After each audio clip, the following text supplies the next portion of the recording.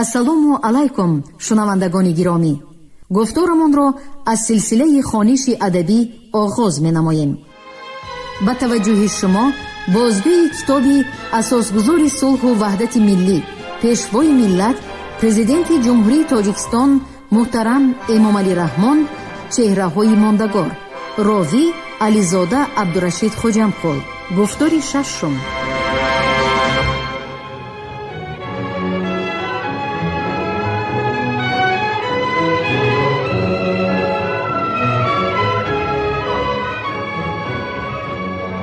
کوروش کبیر در میان شاهنشاهان عهد قدیم یکی از عاقل‌ترین، با انصافترین، کم‌آزارترین و دوراندیشترین شاهنشاه بود که با تمدن آفری و دولت سازی، انسان پروری و عدالت پیشگی و رفتار و اخلاق حمیده‌اش نفوذ عالمگیر یافته است. امامعلی رحمان، پرزیدنت جمهوری تاجیکستان.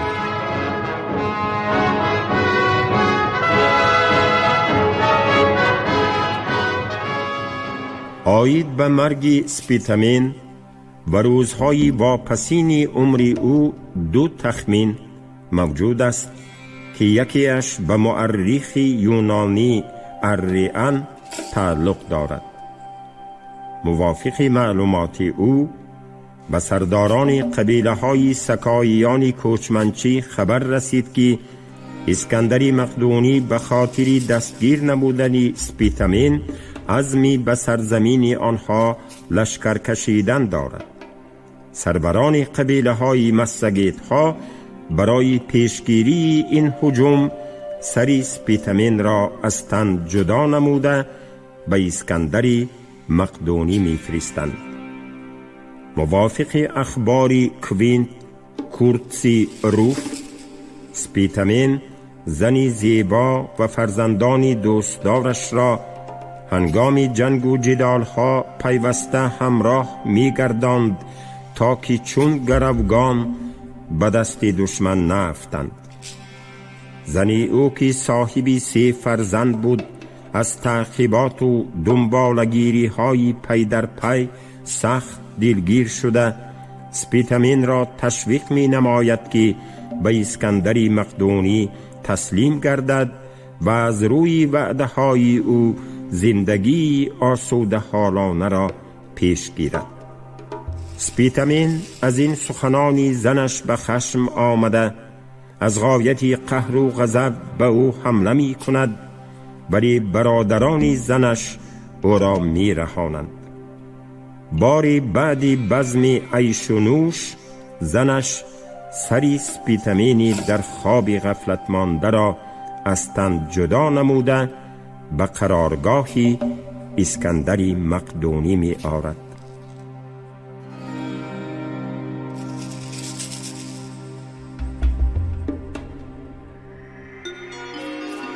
سپیتامین، پارسی باستان، سپیتامان، سال 370 پیش از میلاد، سال 327 پیش از میلاد، سپهسالار سغدی و رهبری شورش سغدیان و بلخیان بر اسکندر مقدونی، اسکندر ذوالقرنین یعنی اسکندر دوشاخه، در سال 329 پیش از میلاد بود. رهبری سپیتامین و یاری سکایی ها این شورش را یکی از مهمترین کارزار در جنگ با یونانیان کرد. اما سرداران سکایی ها بر سپیتامین خیانت کردند و او را از ترس اسکندر در سال 327 پیش از میلاد کشتند. اما شورش همچنان تا سال 327 پیش از میلاد ادامه یافت.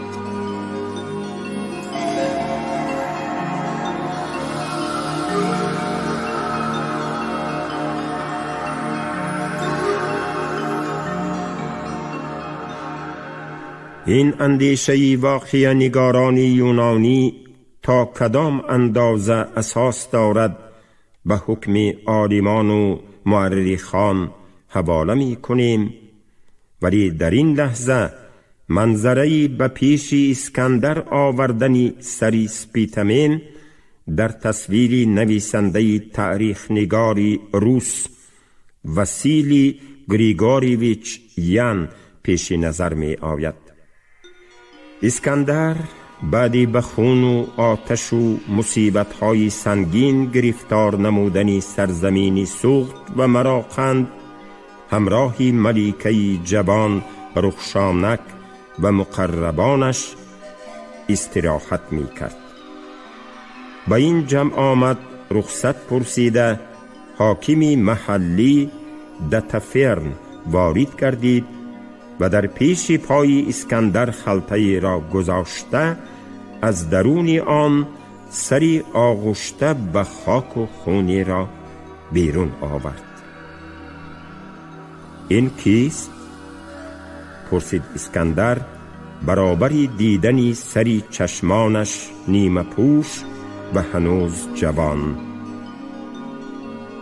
سپیتامین با تنتنه عرض نمود دتفر. این سر به من خیلی پسند است، ولی افسوس که آن را مثل سپر و کمانی دارا و انگشترینی بیس دایم همراه هم گردانیده نمی توانم. و اسکندر بهترین هیکل تراشی یونانی لیسیپ را به حضور خواند که این دم به آفریدن مجسمه او مشغول بود. تو عیناً نسخه برنجی همین سر را آفریده می توانی؟ پرسید اسکندر. او از همه لشکرکشان و دشمنانی تا این دم واخوردم جسورترین و تواناترین بود. سپیتامین چون دیگر حریفانم از من نمی گریخت، بلکه با سربازانی کم شمارش به سری لشکری من پیوسته حمله می آورد.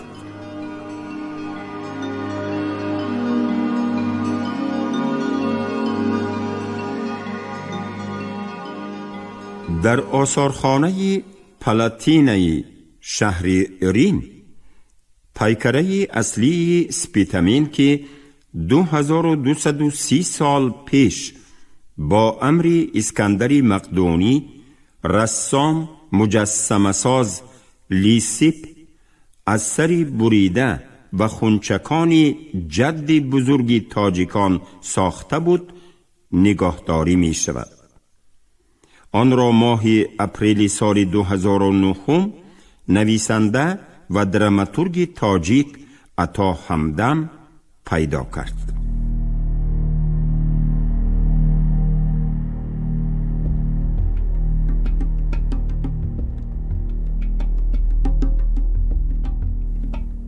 تلاش‌های استقلال خواهی و وطن پرستانه سپیتامین یکی از درخشانترین صحیفه های تاریخی مبارزه های متشکلانه نیاگان سغدی و باختری ما علیه استیلاگران می باشد. این مبارزه های شدید قریب 4 سال ادامه یافته بعد مرگ سپیتامین هم آرام نگرفت و اسکندر مقدونی را وادار نمود که 10 استحکام های حربی و گرنیزان های مدافعوی سازد. تنها در حدود باختر و سوخت موافق معلومات استرابان 8 شهر و از روی عقیده یوستین 12 شهر بنیاد نموده است که آنها اساساً برای نگهداری و محافظت اطریت‌های یونانیان و زیر اطاعت نگاه داشتن ساکنان این سرزمین قامت افراخته بودند. از شهرهای بنیاد نموده اسکندری مقدونی تا به حال برای ما اسکندریه اقصا خوجند، اسکندریه لبی آمو تخمیناً در ترمیز یا ختلان، اسکندریه باختر، اسکندریه اریه هرات، اسکندریه مراغه مرو و غیره معلومند که آنها غالباً ماهیتی استراتژیکی و حربی داشتند. بعد مرگ سپیتامین به طرف اسکندری مقدونی گذشتن اشرافان معنای انتها یافتن مبارزه را نداشت. اهالی محلی بر ضد استیلاگران نهانی و آشکارا برخاسته راه پیش گرفته سپیتامین را ادامه می دادند. مرحله آخرین این مبارزه ها در ناحیه های مرکزی باختر هنگام حرکت لشکری او به جانب دریای آکس امو دریا راست می آید. موافق اخبار سرچشمه ها، یکی از سرلشکران معروف اسکندر، پولیپیرخاند، بعد محاربه های شدید بوبکند را مطیع کرده برای پایداری حاکمیت خیش شهر نوبتی اسکندریه را می سازد که از روی نشاندادهای بعضی مؤلفان بین تملیت و مونک، از روی دیگر سرچشمه ها بین هولبوک و مونک واقع گردیده است. جای همه این نقطه ها معلوم است. مونک در ناحیه خاولینگ واقع بود. هولبوک به طرف جنوب از کولاب در جای دهه قربان شهید در شفت دریای سرخاب، تملیت در جنوب گذرگاه بخش نزدیک نارک. در یکی از این جایها پولیپیرخاند اسکندریه را بنیاد نموده است. ولی خونریزی و کشتارهای وحشیانه، به غلامی و اسارت بردن نیاگان ما از کودک 7 ساله تا پیر 70 ساله، آتش زدن شهر و دهکده های سوخت و باختر، بنیاد استحکام و گرنیزانهای حربی و شهرهای قلعه‌بندی، عزم و اراده استقلال خواهی و مبارزه های بردوام اجدادان باختری و سغدی ما را بر ضد اجنبیان یونانی و مقدونی شکستن نتوانست.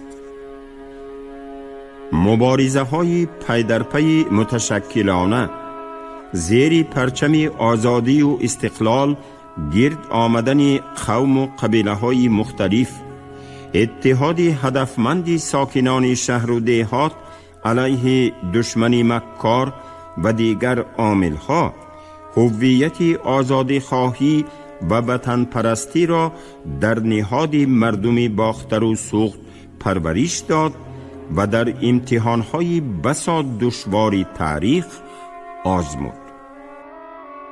سپیتامین در نبردهای نابرابر هلاک شده باشد همسفانی او آکسیارت، سیسیمیتر و هوریان در قلعه های دستنارس کوهی و شاخهای بلند و استوار پناه برده دشمن را لحظه آرام نمی گذاشتند.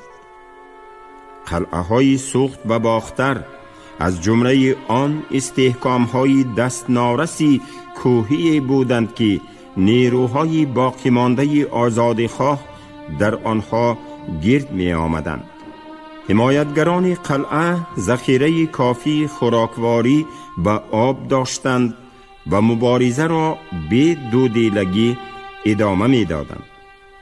اسکندر مقدونی مجبور شد که پیراهه های مشکل گذر و ورطه های خطرناک را پسی سر کرده به جنگاوران فتح کننده این قلعه ها مبلغ گرانی 12 تلنت به فاتح نخستین و 300 تنگه طلایی به فاتح آخرین پیشنهاد نماید. بعد فتح قلعه سوخت به قبر یعقوبوس، اسکندر 30 نفر سربران شورش را در کوه می کشد و حمایتگران باقی مانده را به غلامی داده اموالشان را به تاراج می برد.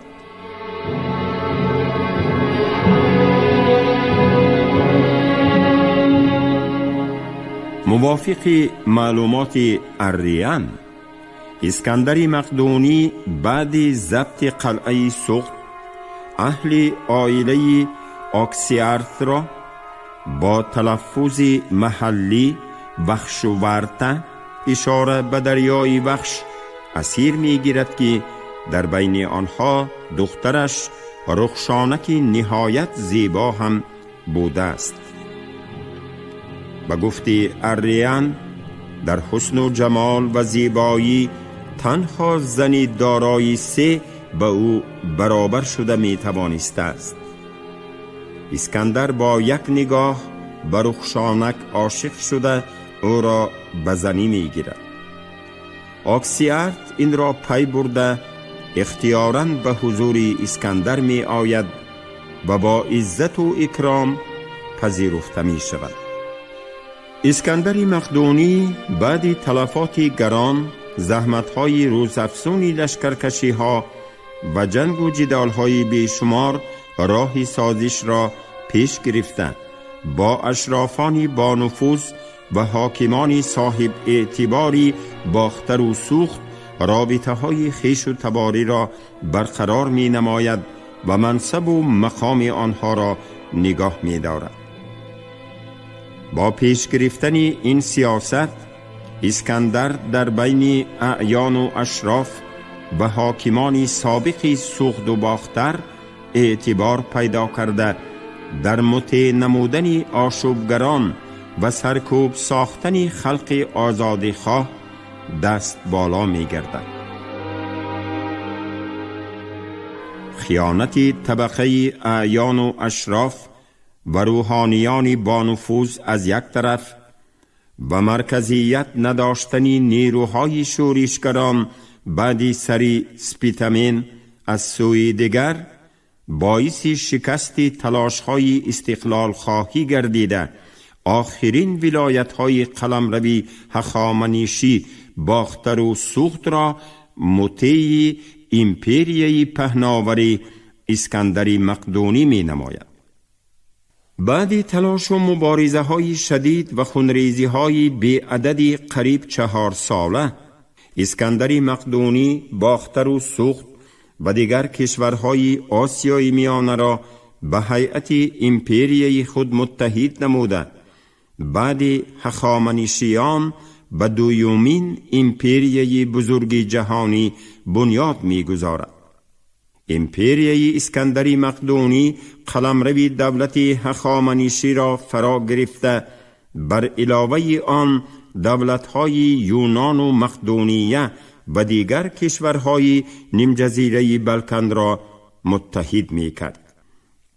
اسکندر مقدونی بعد غلبه پی در پی باری در حضور سرلشکرانش خودستایانه گفته بود که روز سرزمین یونان و قلمرو پهناوری آسیا را متحد ساخته چون عروس آرامی دهد و بعد رسیدن به کناره عالم آن را از آفریدگار می رباید.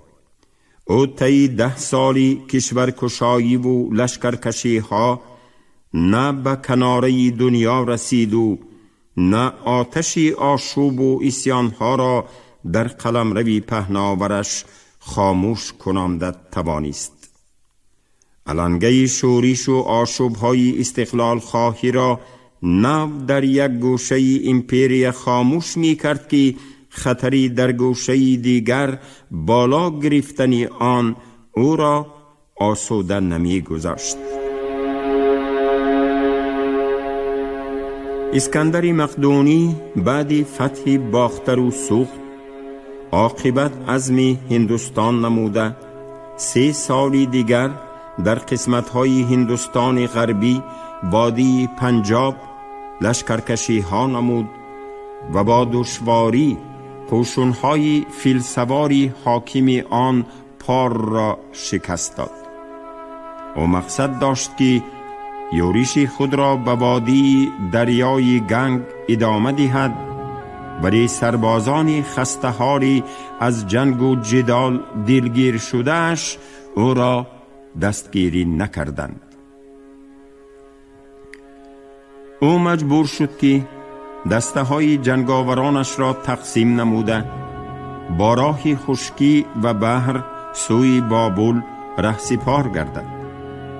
به دسته قشون‌های با راه خشکی رهسپارش خود اسکندری مقدونی و به سربازان با راه بحری روانش سروری فلات نیارخ راهبری می کرد. بعد عذاب و مشقت‌های گران و پیمودن بیراهه‌های دشوار گذر، لشکر اسکندر به بابل برگشت و خود او سال 323 پیش از میلاد در 33 سالگی از دنیا گذشت. و نهایت امپریایی که از پهناهای دونای تا سرزمین هند، از بحر میان زمین تا ساحل دریای سیر دامن افراخته بزرگترین دولت دنیای قدیم بود، بعد مرگ اسکندر مقدونی پراکنده شد و در حدود آن دولت‌های جداگانه پدید آمدند.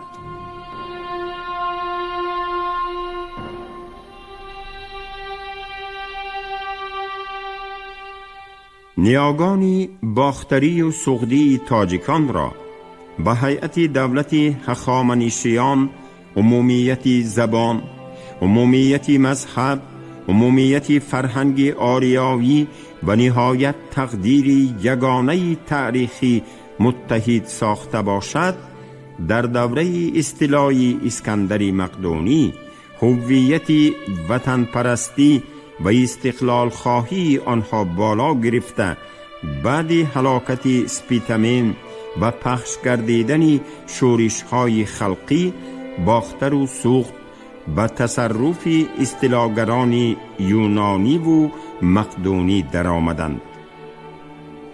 سبب‌های اساسی شکست تلاش‌های استقلال خواهی و مقاومت مردمی باختر و سوخت را ما باید از متشکل نبودن نیروی شورشگران و قوه مرکزیت ناک حربی نداشتن آنها به طبقه های دارا و مردمی با نفوذ محلی مناسبت های خیش و تباری پیدا کردن اسکندر و سرلشکران وی، اینچنین به اعیان و اشراف و حاکمان سابق دادن منصب و امتیازها و دیگر سمت‌های سیاست سازشکارانه این لشکرکشی کشورکشا بجوییم.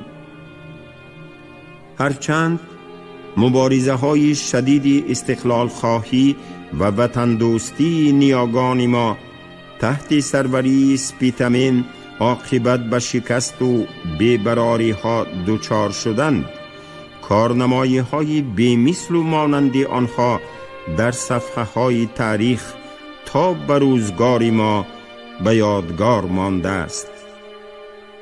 ما امروز کارنمایی های سپیتمین دلاور و همسفان او را قدرشناسی نموده، برای زنده داشتن نامی نیک و خاطره بیگزندی فرزندان فدایی وطن آردن سپیتمین را تأسیس دادیم که آن برای شجاعت و کارنمایی های وطن دوستانه و ادامه عنعنه نیکی حفظ مرز و بومی سرزمین اجدادی به وارثان واقعی این مرد قهرمان داده می شود.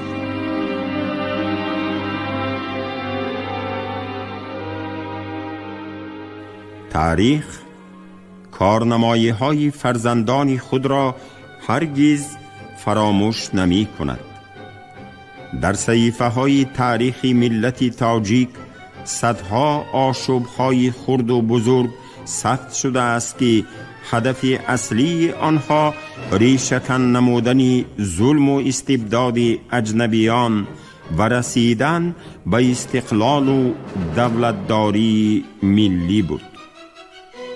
امروز وطن واقعی سغدیان سابق ولایت لینین آباد به خاطر رعایت عدالت تاریخی ولایت سوخت و ناحیه سابق ناب به خاطر کارنمایی‌های بی‌زوال و آرزوی و آرمان‌های نجیب سپیتامین و همسفان دلاوری او ناحیه سپیتامین نامیده شده است.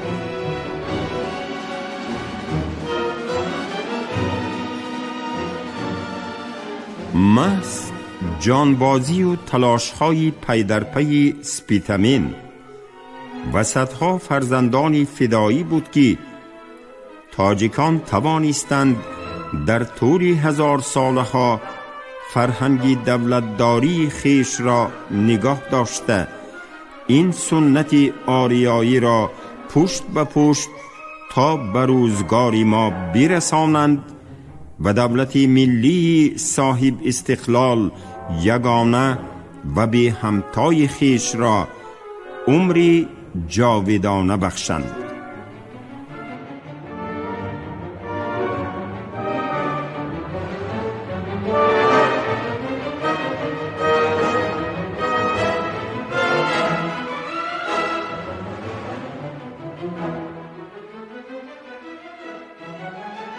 شما گفتاری ششم را از روی کتاب اساسگذار صلح و وحدت ملی پیشوای ملت پرزیدنت جمهوری تاجیکستان محترم امامعلی رحمان چهره‌های ماندگار در قرائت راوی علیزاده عبدالرشید خوجمقل شنیدید.